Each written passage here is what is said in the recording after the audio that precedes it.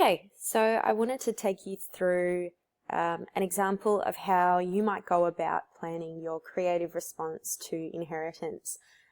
Just a disclaimer here, you don't have to plan your creative response like this. This is just one suggestion that might help you approach it if you struggle to kind of, think about these creative sort of things, particularly if you're an analytical thinker. So the first thing, I've done sort of step by step for you here. The first step, as with any task that you have been doing since year 7, is to figure out exactly what the task is asking you to do. So the task instruction here is to produce a creative response to inheritance in written form from one of the tasks below. Include a written explanation to decisions made in the writing process and how these demonstrate understanding of the text. So Miss Wackett's put together a handy little triangulation here, or that should say new insights into the text, there we go, to indicate that you need all 3 of these things in equal parts. So you do need to show knowledge of the text as it is, as you read it. So that's kind of things that you've already been doing since year 7 when you've been writing text response. Quality of writing, again, you've already been kind of focusing on that when you've been doing text response. Obviously, there are slightly different requirements with creative, and it's, if you're not a creative writer, you might find that difficult to build up to that in a week, but there are definitely some tips and tricks that you can do, and we will be going through those in class.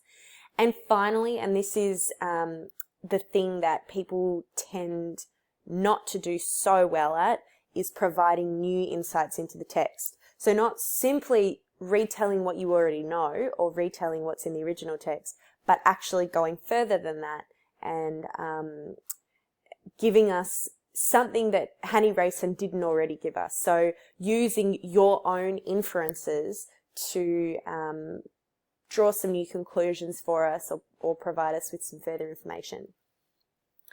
So in a bit more of a detailed way, here are some things we've got to do. Okay, detailed and sophisticated understanding of the text.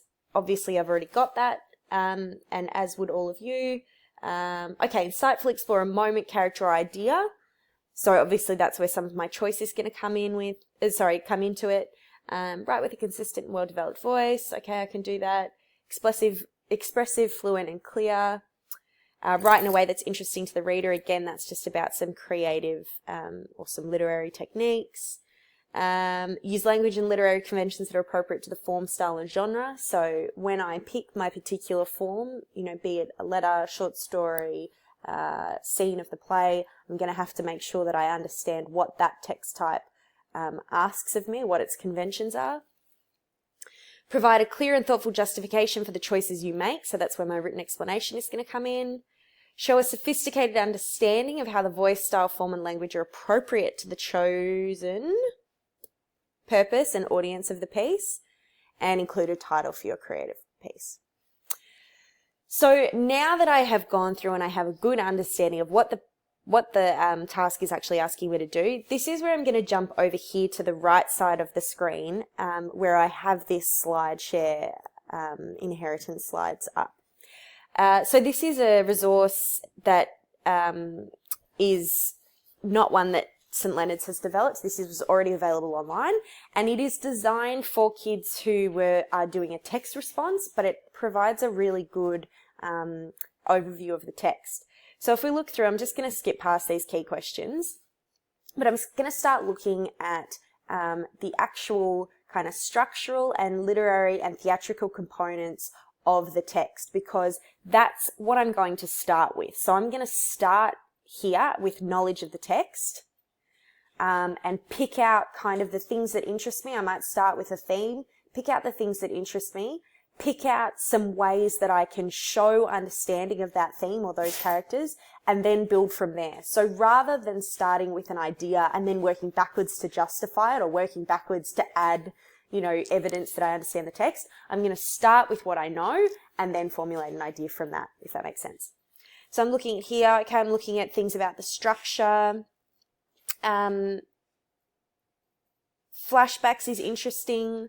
I'm probably thinking at this point in time that something that interests me about the play is this idea or this theme of inheritance. I also particularly like that theme because it's one that we've talked about a lot in class, so I feel quite comfortable with it. So as I'm going through this slideshow, I'm probably going to be starting to look for things that I can build into exploring this idea of inheritance, which is why flashbacks appeals to me, because, and as we can see here, it says about ghostly dimensions. So I know that this structural component of flashbacks is related to this theme of inheritance. So I'm already thinking at this stage, I might put I might use flashbacks in some capacity. All right, well, what else have we got here? Okay, some symbolism. We've got tossed coin, destiny versus duty. Might be good. Probably would be good if I was doing fate as my kind of central theme, but I think I'm doing inheritance, so I might leave that for now. All right, two sides to Lyle, pigeons and weapons. Okay, not so much about the two sides, but I think this thing about pigeons, I know that pigeons come up with both Norm and Lyle, so that's probably connected to inheritance. The theme of inheritance, I mean, not the play, obviously. So if I look at symbolism, I'm going to look at the pigeons, and I'm going to say inherited from Norm to Lyle. So that's going to be something that I can use to show this knowledge of the text. Nugget and Farley's hat, I could use that, but if I'm thinking of the pigeons, I might focus on Norm and Lyle. Those might be the characters that I look at. All right, symbolism, black dog, euphemism for depression, a link between Norm Metal and Lyle Delaney. Fantastic. That's something I can use. Cyclical patterns, great. I'm talking about inheritance. That's the theme I'm looking at. So I'm also going to use, I'll make this a new. So I'm going to use pigeons, and I'm also going to use the black dog. So I'm thinking about this cycle of depression. So with symbolism, I'm really looking at cyclical patterns. Ooh, whoops. Cyclical patterns. Alrighty. What else have we got here? Dramatic conventions. Okay, flashbacks, show repetition of patterns. Good, that's why I've got that there. Direct address to the audience. Don't know about that. Don't know what my form's going to be yet. Language and vernacular shows contrast between characters. Could be an interesting kind of theme to weave in, especially creative. It's an easy thing to do to show this knowledge of the text. So I might think about using some Australian vernacular, because if I'm thinking about depression, I'm probably going to, I see that one of the catalysts of that depression is that rural-urban divide. So I could use the vernacular to emphasize the rural and urban divide. Whoops, how's my spelling today? Emphasize, Australian, US spelling's on. Emphasize rural and urban divide. And role this plays in cementing hardships. Obviously, we've got some kind of interacting themes here, which is something we pointed out the other day. All right, anything else I've got here? Raucous quotes, graveyard scene, themes. Well, already talking about cycles, inheritance. All right, I think that's going to do me. I think that's going to be where I'm at. Oh, luck and fortune as well is probably a good one, because I know that for Lyle, that's an important thing about, was his death, was it all in the timing, as Gurley and Dibbs sort of say.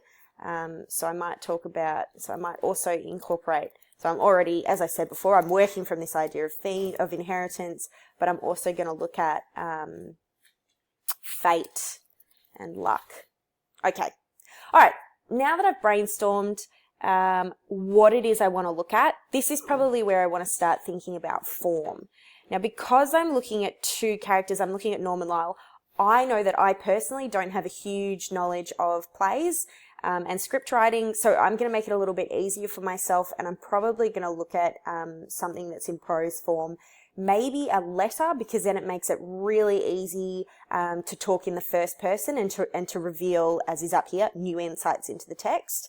And also because neither of these characters really gets much of a say, particularly Norm. He's really silenced in the play because obviously he's dead in all of it apart from the flashback at the start and the flashback with Nugget.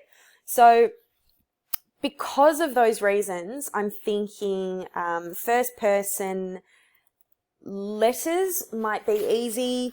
And I'm thinking I'll probably do one letter from Norm and one letter from Lyle. So rather than doing a flashback per se, if I use one letter from Norm and one letter from Lyle, I can show parallels between them and they'll kind of serve as a flashback. First person letters. So one from Norm, one from Lyle, and I might have them both to their spouses.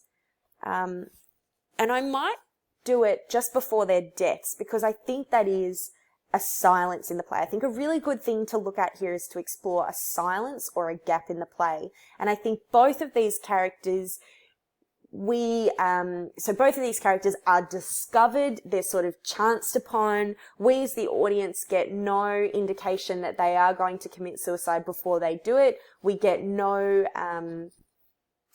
these characters get no opportunity to justify their actions or outline what it is they're feeling exactly that pushes them to that point. We can certainly provide speculation on that, but I think that speculation is something that will be good for me to explore because, again, I'm looking at new insights. So that leads me to my written explanation. Now, my written explanation I am going to do beforehand, and I'm going to use it as a blueprint for my creative piece. So I haven't written my creative piece yet. So I need to look at these. Here are the things that I need to include. And I'm not going to read them out to you because you can do that yourself. But I'm just going to go through and basically put all of this stuff, I'm going to flesh it out a little bit more. This is kind of like an extended brainstorming.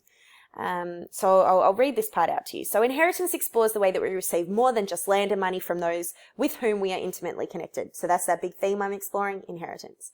I've chosen to write in the voice of two characters, Norm Myrtle and Lyle Delaney, to provide further insight into the parallels between them.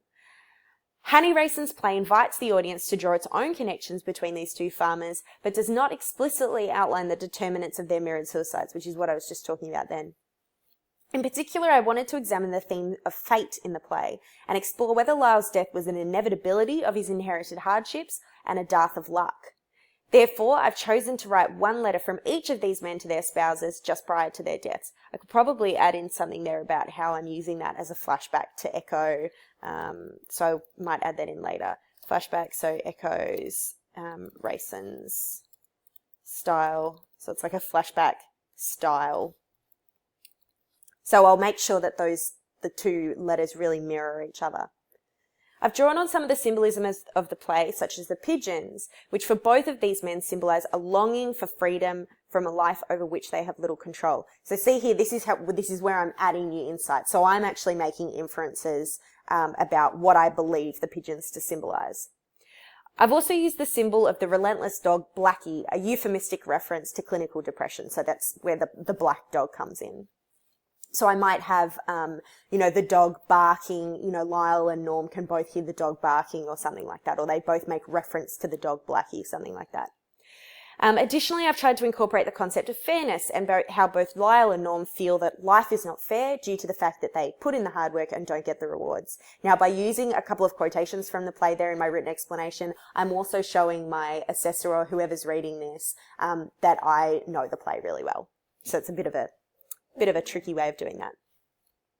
I wanted the tone of these letters to be vulnerable and emotive to contrast Lyle and Norm's stoicism or aggravated, maybe I might just say aggravation. I don't know what I was going to say there. Or aggravation, so that's like Lyle's violence and Norm's sort of, life isn't fair, get on with it.